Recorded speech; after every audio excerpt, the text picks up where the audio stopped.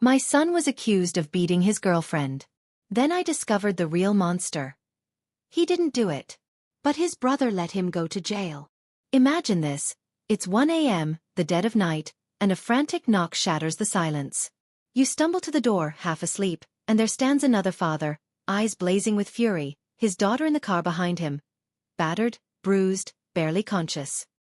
He looks at you and says, his voice cutting through the night like a knife, "Your son beat my daughter unconscious tonight."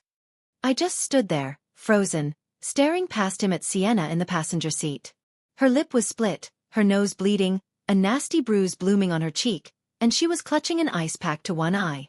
It was a sight that ripped through me. I looked back at her dad, and I swear, the man looked like he was ready to kill.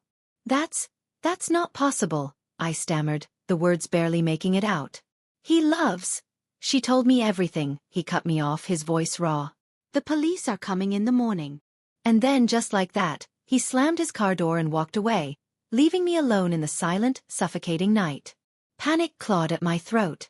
I tore up the stairs, my heart pounding a frantic rhythm against my ribs. Ryder was asleep, innocent and peaceful in his bed. But I flicked on the light anyway. He blinked awake, confused, rubbing the sleep from his eyes. And that's when I saw them. Fresh, angry scratches on his neck, more on his forearm. My stomach dropped. What happened with Sienna tonight? I asked, my voice barely a whisper. He shot upright, suddenly alert. Nothing. We had a fight. I dropped her home. That's it. His voice was too quick, too dismissive. What kind of fight, Ryder? I pressed, my gaze dropping to his hands. His knuckles were red, bruised. He started stammering, looking away. She was accusing me of stuff. I don't want to talk about it right now. Defensive. Cold. A chill crept down my spine. The next morning, the world felt heavy, gray. Just like Sienna's dad promised, the police showed up at 9 a.m. A detective, stern-faced, flanked by 2 officers. "We have a warrant for Ryder's arrest," he stated, no preamble.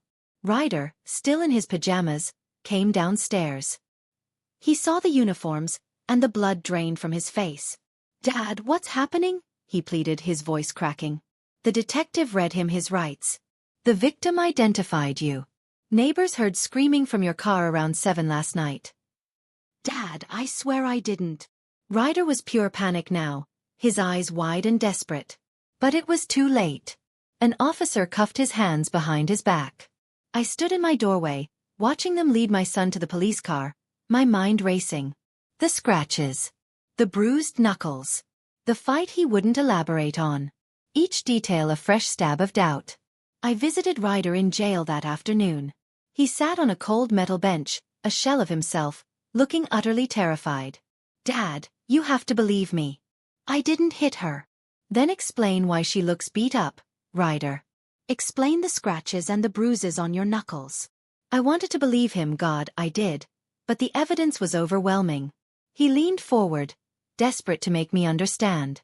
"We fought in the car. She was yelling, I was yelling back. She hit me, Dad, and I grabbed her wrist to stop her. That's where the scratches came from. I swear, I dropped her home at 7:30 and left." He looked at me, pleading. I wanted to buy it, every word, but Sienna's dad had already filed charges, hired a lawyer. It felt like an avalanche. The next day, our own lawyer, a no-nonsense woman, looked grim. "Sienna's testimony is bad for Ryder," she said. "She claims Ryder drove her somewhere isolated, beat her within an inch of her life, then dumped her near her house around 10 at night." My heart sank.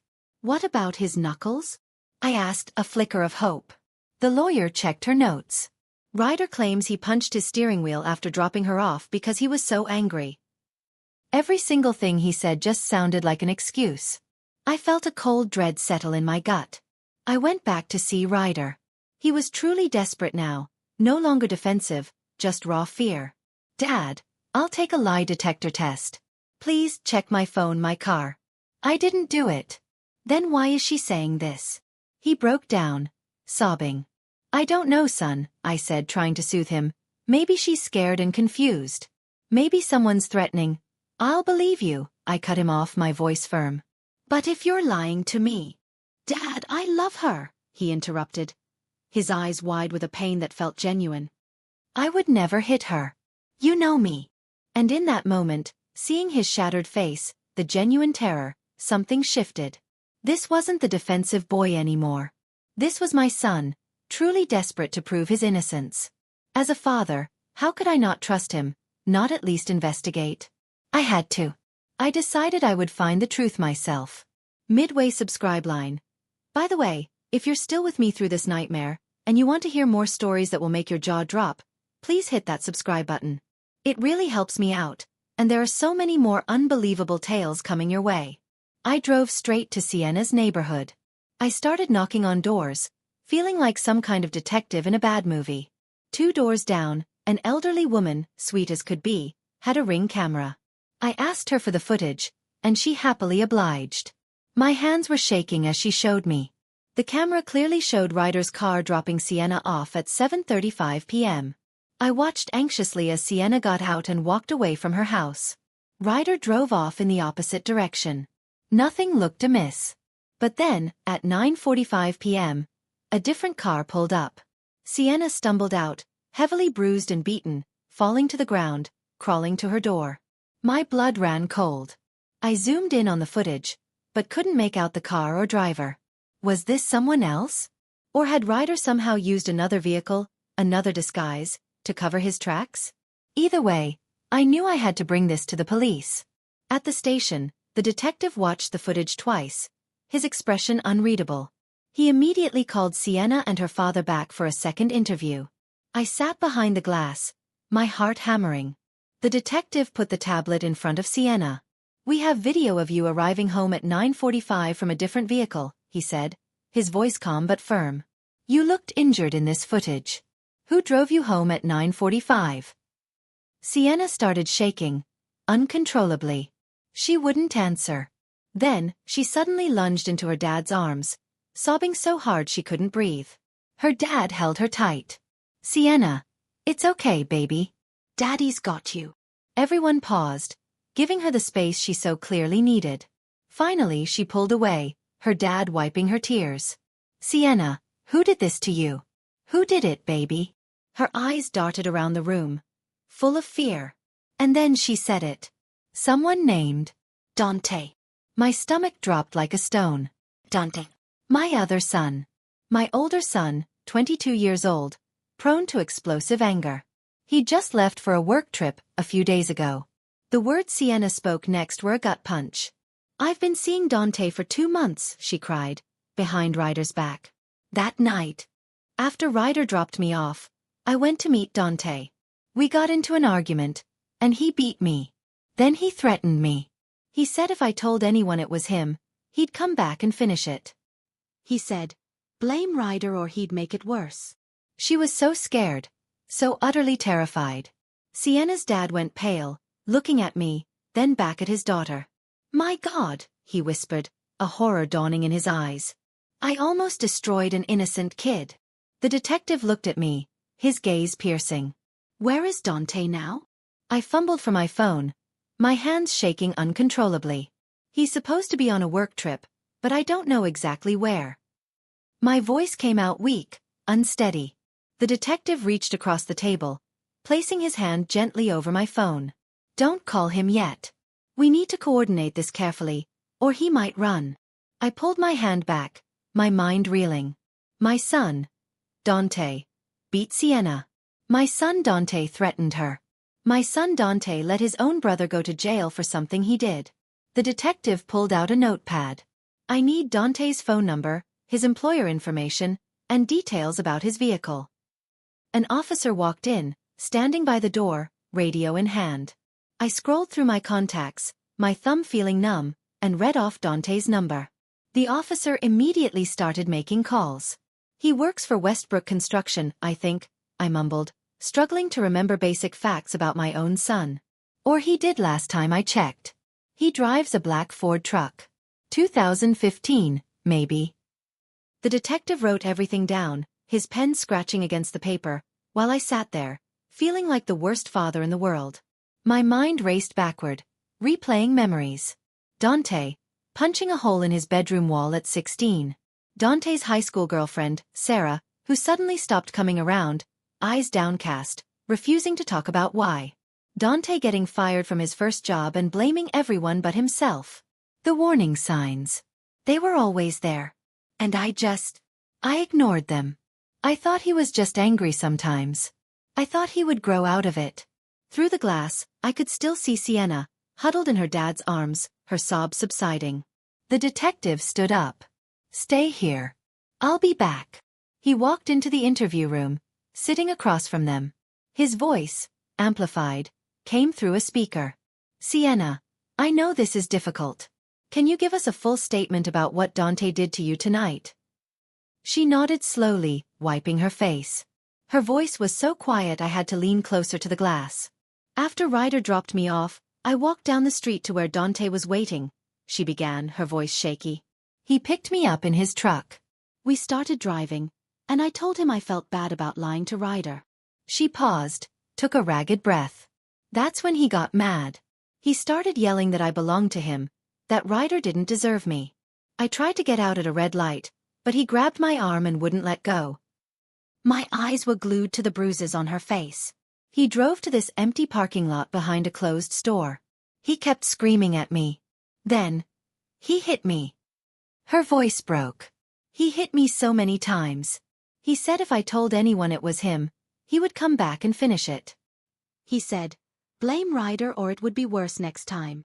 I had to look away from the glass. "That was my son." She was describing my son. A woman in a police uniform walked past, talking about release paperwork. The jail supervisor. She was here to process Ryder's release. I felt torn in half. Part of me wanted to stay, to help them find Dante. But another part, the father in me, screamed to get to Ryder. Nah. The detective came back into the observation room. "We're issuing a warrant for Dante's arrest. Officers are already tracking his phone." He looked at me with something that looked like pity. "Go get your son and take him home." My hands were still shaking as I nodded, numbly left the station, and got into my car. The jail was only 10 minutes away, but it felt like the longest drive of my life. I kept rehearsing what I'd say to Ryder. "Sorry," felt utterly inadequate. "Sorry," wouldn't erase the jail cell. "Sorry," couldn't undo the terror he must have felt. I pulled into the jail parking lot. They made me wait. 20 minutes. 30. Finally, a guard brought Ryder through a metal door. He looked so small. His eyes were empty, scared in a way I'd never seen before. The orange jail uniform hung loose on his frame. We walked to the car in silence. I wanted to hug him, to pull him close, but something in his body language, a stiff barrier, told me not to touch him. The drive home was quiet, save for the hum of the engine.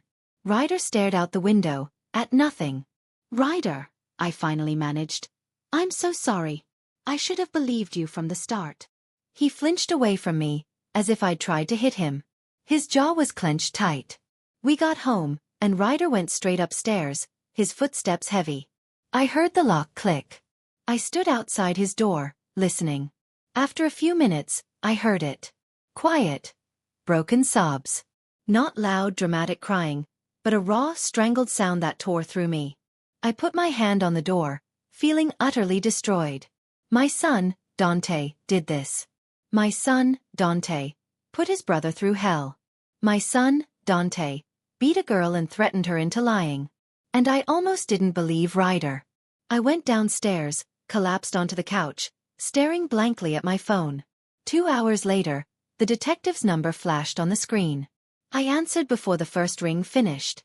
We tracked Dante's phone to a motel 3 states away. Local police are moving in to arrest him now. My stomach dropped. This was real. My son was a fugitive. My son was a monster. I'll call you when we have him in custody. 40 minutes later, the phone rang again. Dante is in custody. No incident during the arrest. He'll be extradited back within 48 hours.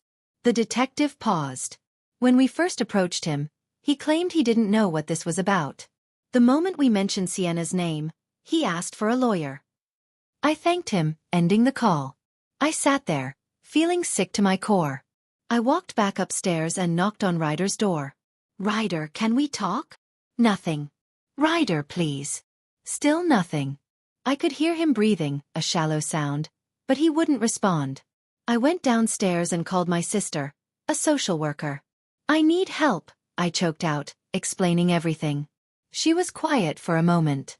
There's a therapist named Gracie Shepherd who specializes in trauma and false accusation cases. I'll text you her number. I thanked her, hung up. The house felt too quiet. Ryder was locked in his room. Dante was in a jail cell 3 states away. And I was sitting alone, trying to understand how everything had fallen apart so fast. That night, sleep wouldn't come. My brain replayed everything. Dante's anger issues, the holes in the walls. His high school girlfriend, Sarah, suddenly gone, him blaming her. When things went wrong, Dante always had someone else to blame. His boss was unfair, his friends betrayed him, girls led him on. I kept making excuses for him, instead of seeing the pattern. I thought he was just angry. I thought he would grow out of it. Around 8 a.m., a knock on the door. It was Sienna's father, looking as ravaged as I felt. I need to apologize, he said, his voice hoarse. I almost destroyed your son. I shook my head. I'm sorry Dante hurt Sienna. I'm sorry I didn't see what he was becoming. We were 2 dads who had utterly failed. Him by not believing his daughter fast enough. Me by not seeing my own son was dangerous. Sienna is terrified, he continued. She thinks Dante will get out and finish what he started. My stomach dropped again. I promise I'll do everything I can to make sure he's held accountable, I said, the words feeling like a betrayal, yet knowing they were true. He nodded and walked away. I called a lawyer my sister recommended. Finn Shepherd. Finn, maybe 40, with glasses and a calm demeanor, listened patiently. I explained everything. Ryder's false accusation, the arrest, the jail time, Dante being the real attacker.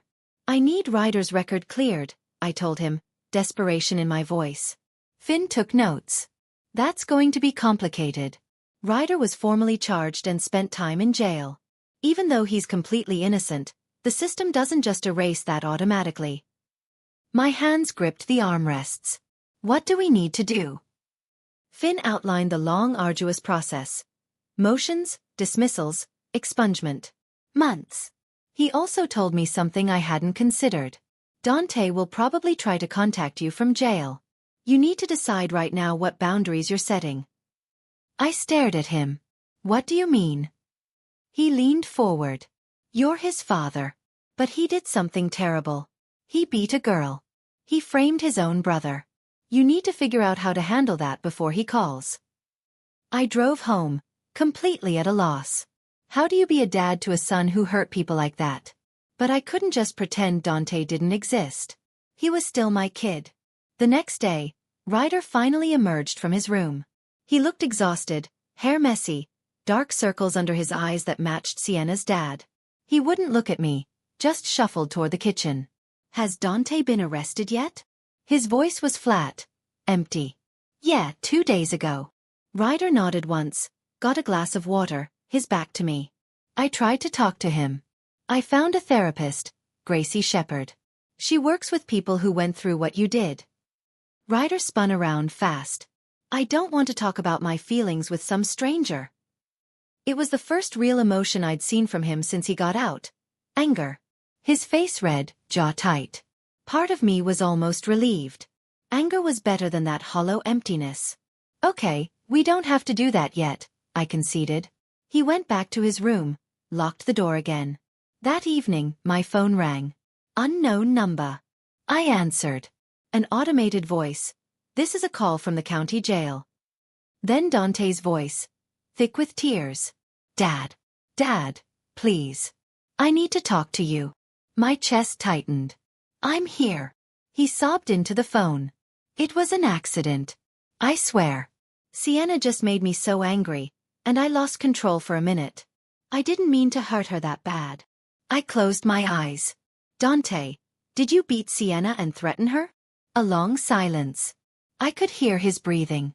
Yes, he finally said, but his voice shifted, got defensive.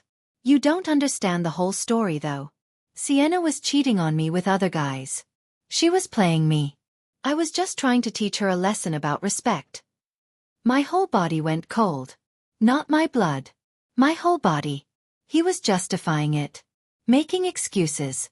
Blaming her. A lesson? I whispered. Dante, you put her in the hospital. He kept talking, oblivious. She needed to learn. Girls think they can do whatever they want, and guys will just take it. I was showing her actions have consequences. I felt sick. This was my son talking. Dante, stop. But he didn't.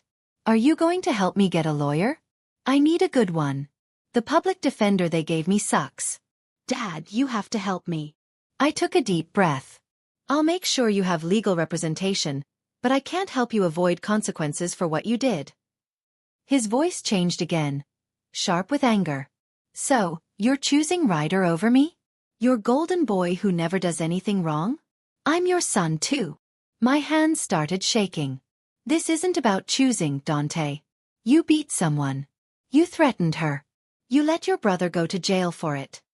Ryder's fine, he yelled back. He was only in there a few days. Sienna is fine too. Everyone is being so dramatic about this. I couldn't listen anymore. I hung up. My hands were shaking so hard I almost dropped the phone. I sat there trying to breathe. That was my son. I raised him.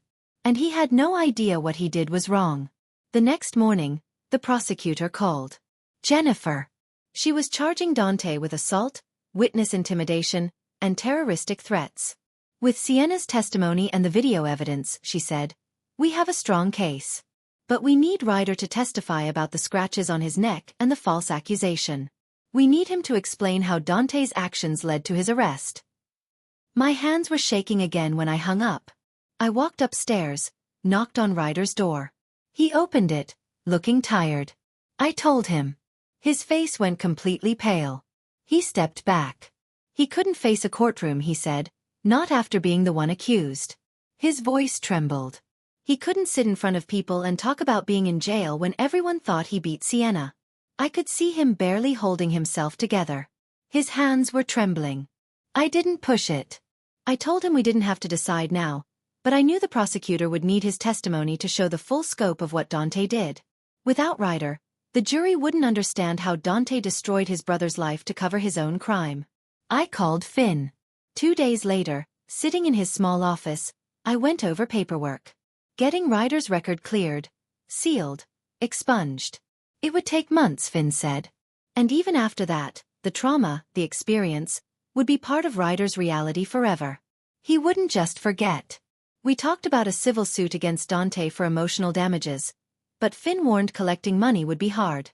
Sometimes, he said, a legal judgment matters more than the money. It's about making the harm official. I signed the papers. Dante's arraignment was next week. Finn advised me to stay away. My presence might be used by Dante's public defender to argue he had family support. I didn't know what to do. Part of me needed to see Dante. But I couldn't help him. That night, screaming woke me. Ryder's room. I burst through the door.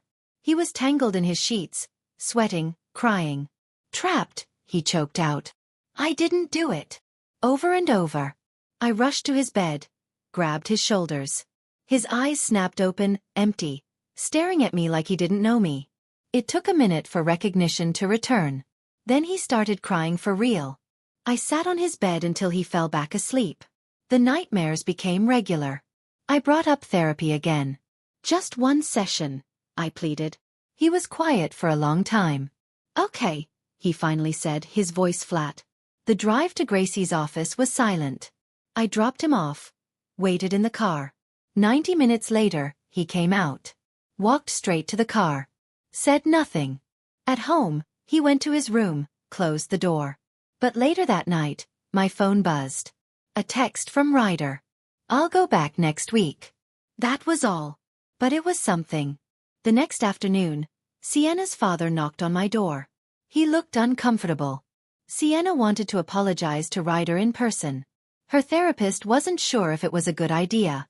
He wanted my opinion. I told him I needed to talk to Gracie first. Gracie confirmed Ryder wasn't ready. He's still processing the betrayal, she said. It could set him back. I called Sienna's father. He understood. I felt bad for Sienna too. She was a victim, just like Ryder. But Gracie was right. Ryder needed time. The morning of Dante's arraignment, I put on a suit. Finn said stay away, but I couldn't. I needed to see him to understand. The courthouse was a big, gray building. I sat in the back. Sienna and her father arrived, Sienna looking small, her bruises faded but the shadow of them still visible. Then they brought Dante out. Orange jumpsuit, cuffed hands. He looked around and his eyes found mine. Desperate. Pleading. He mouthed, "Dad, please." I had to look away. I couldn't handle the guilt. The judge came in. Dante's public defender argued for bail, claiming he wasn't a flight risk. The prosecutor presented evidence. Dante fled immediately after the assault, the threat to Sienna. The judge denied bail. Danger to the community. Flight risk. After the arraignment, Dante's public defender approached me. Would I be a character witness? It would help the jury see him as a person, not just a criminal, she said. I looked at her. I can't do that, I told her. I love my son. But I can't stand up in court and pretend what he did was out of character, because the truth is, I'm realizing it wasn't out of character at all. I was realizing I had missed signs for years. She looked disappointed, but nodded. She understood. I walked out into the cold afternoon air, my chest tight. I had just refused to help my own son. But I knew it was the right choice. Dante needed to face real consequences. And I couldn't stand in the way. Back home, I couldn't stop thinking about all the signs I'd missed. I walked upstairs, into Dante's room. It felt different now, like I was seeing it for the first time. I started going through his desk drawers, his closet, under his bed. I wasn't sure what I was looking for, but I needed to understand how I'd been so blind. In the bottom drawer of his nightstand, I found it.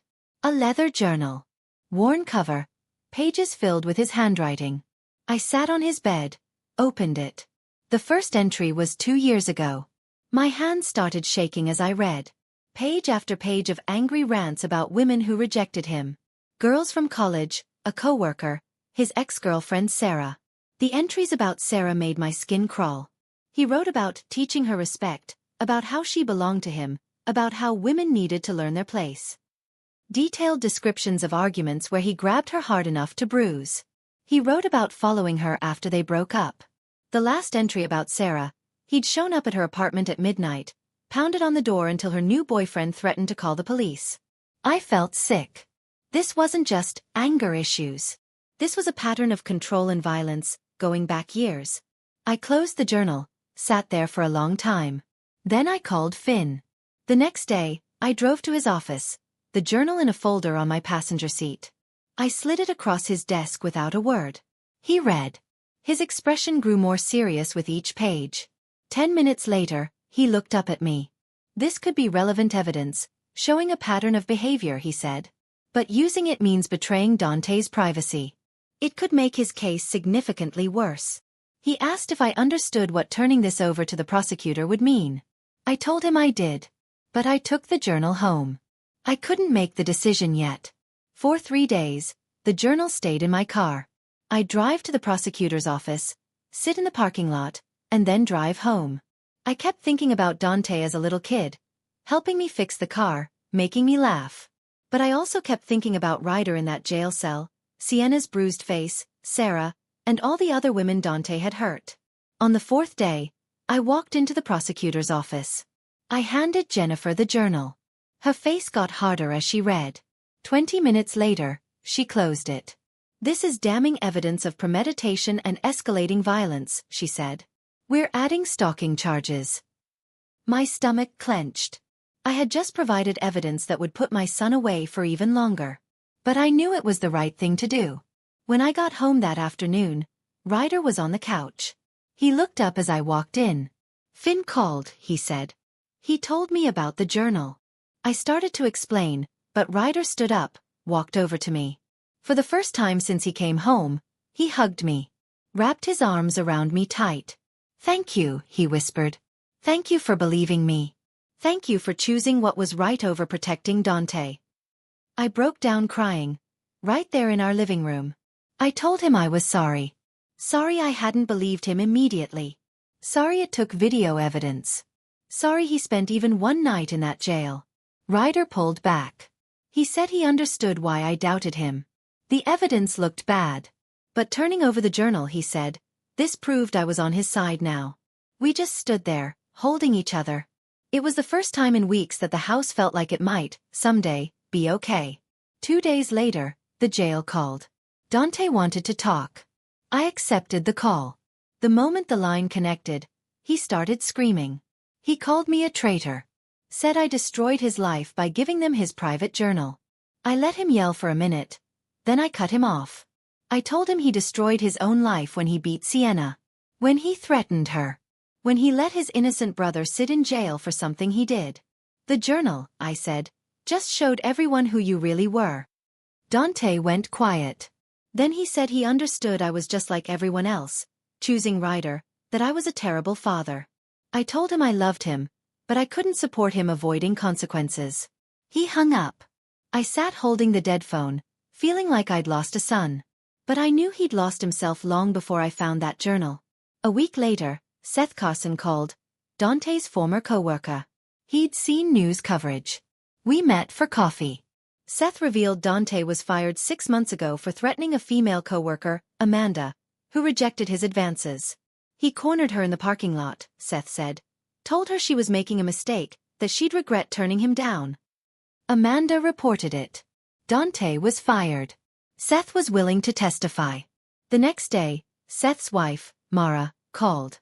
She'd seen Dante grab Amanda's arm, hard enough to leave bruises. Amanda begged her not to report it, afraid of making things worse. But now, Mara wanted to come forward. I felt devastated. A whole pattern of violence I knew nothing about. I gave Jennifer their names. A few days later, Jennifer called. With the journal and the co-worker testimony, they had an extremely strong case. Dante's public defender had reached out about a plea deal. 8 years instead of risking 15 at trial. She asked me to encourage Dante to take it. I agreed to visit him. The next morning. At the jail. Dante looked different. Not crying, not angry, just cold and detached. I told him about the plea deal. 8 years. He stared at me without expression. He wouldn't plead guilty, he said, because pleading guilty meant admitting he was a bad person. And he didn't think he was bad. Sienna deserved what happened, he said, for cheating. She needed to learn respect. My chest tightened. This wasn't my son sitting across from me. This was someone I didn't recognize. Sienna doesn't belong to you, I told him, leaning forward, looking him in the eyes. No woman belongs to any man. What you did was unforgivable.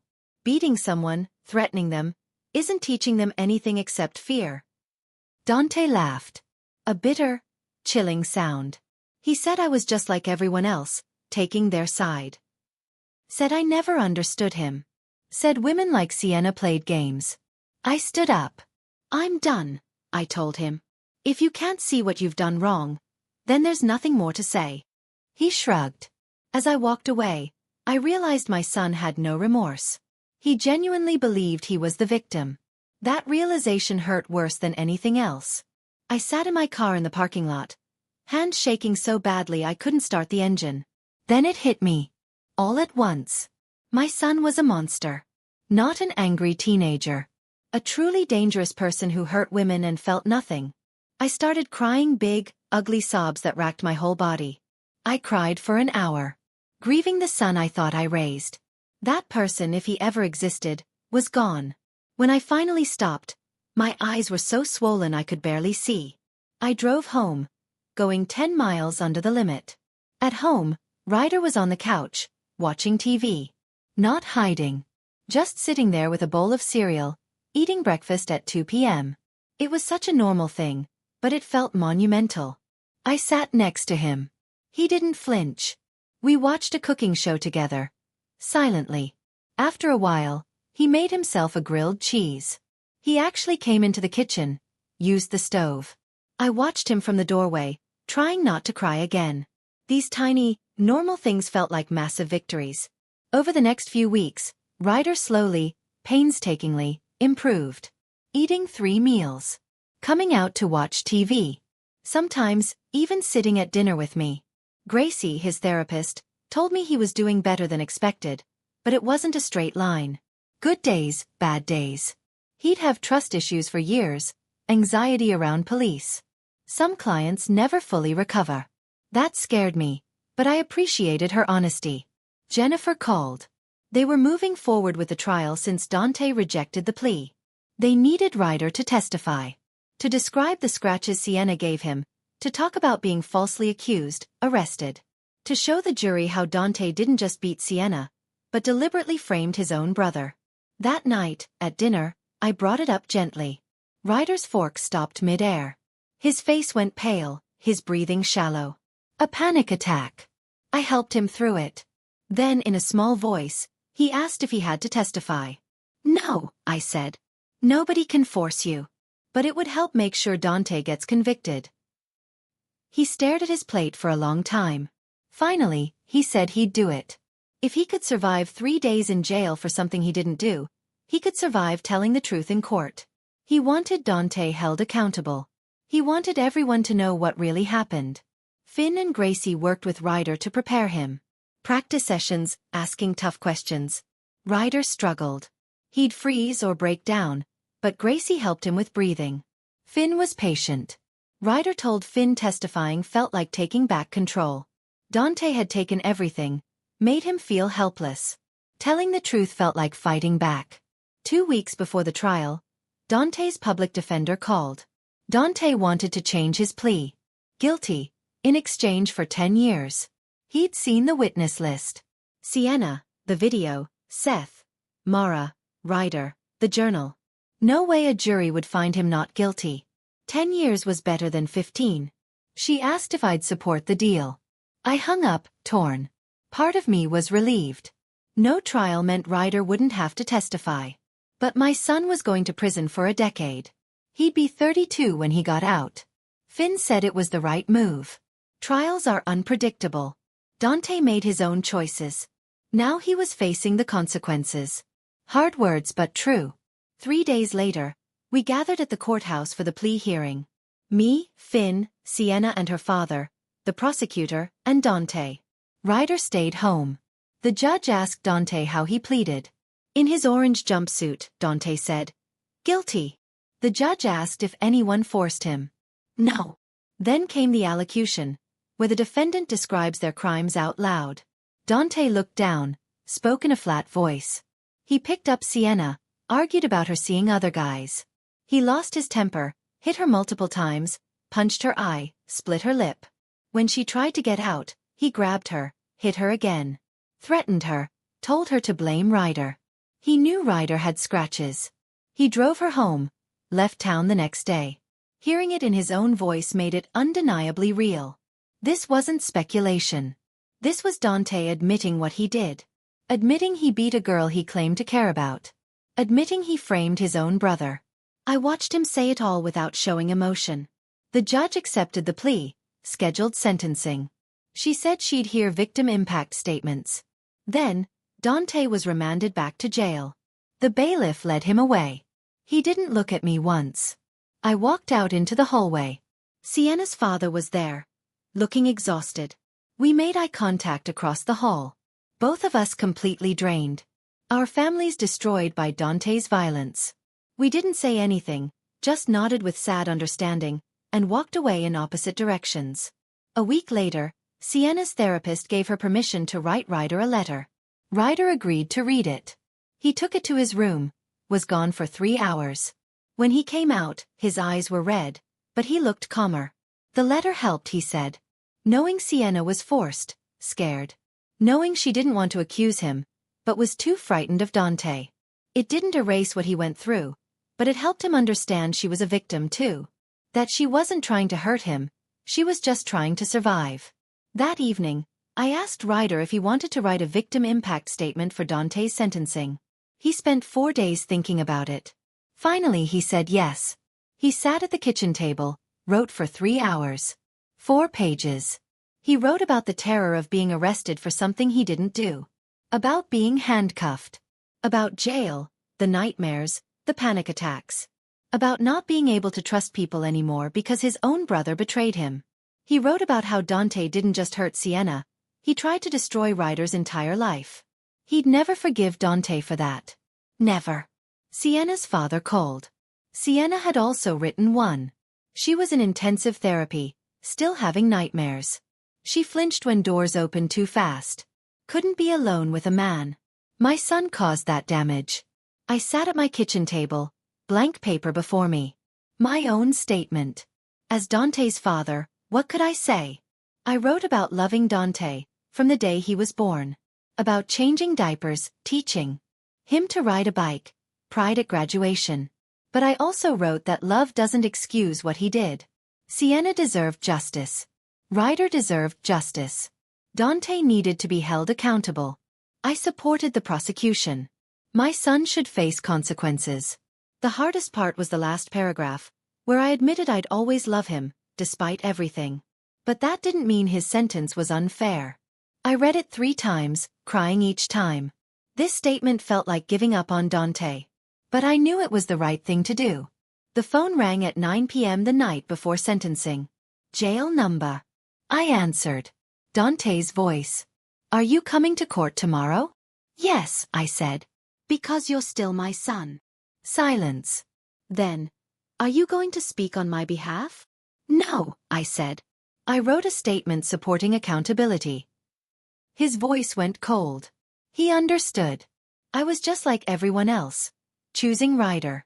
I told him that wasn't true. I loved him. But I couldn't support him avoiding consequences for beating Sienna and framing his brother.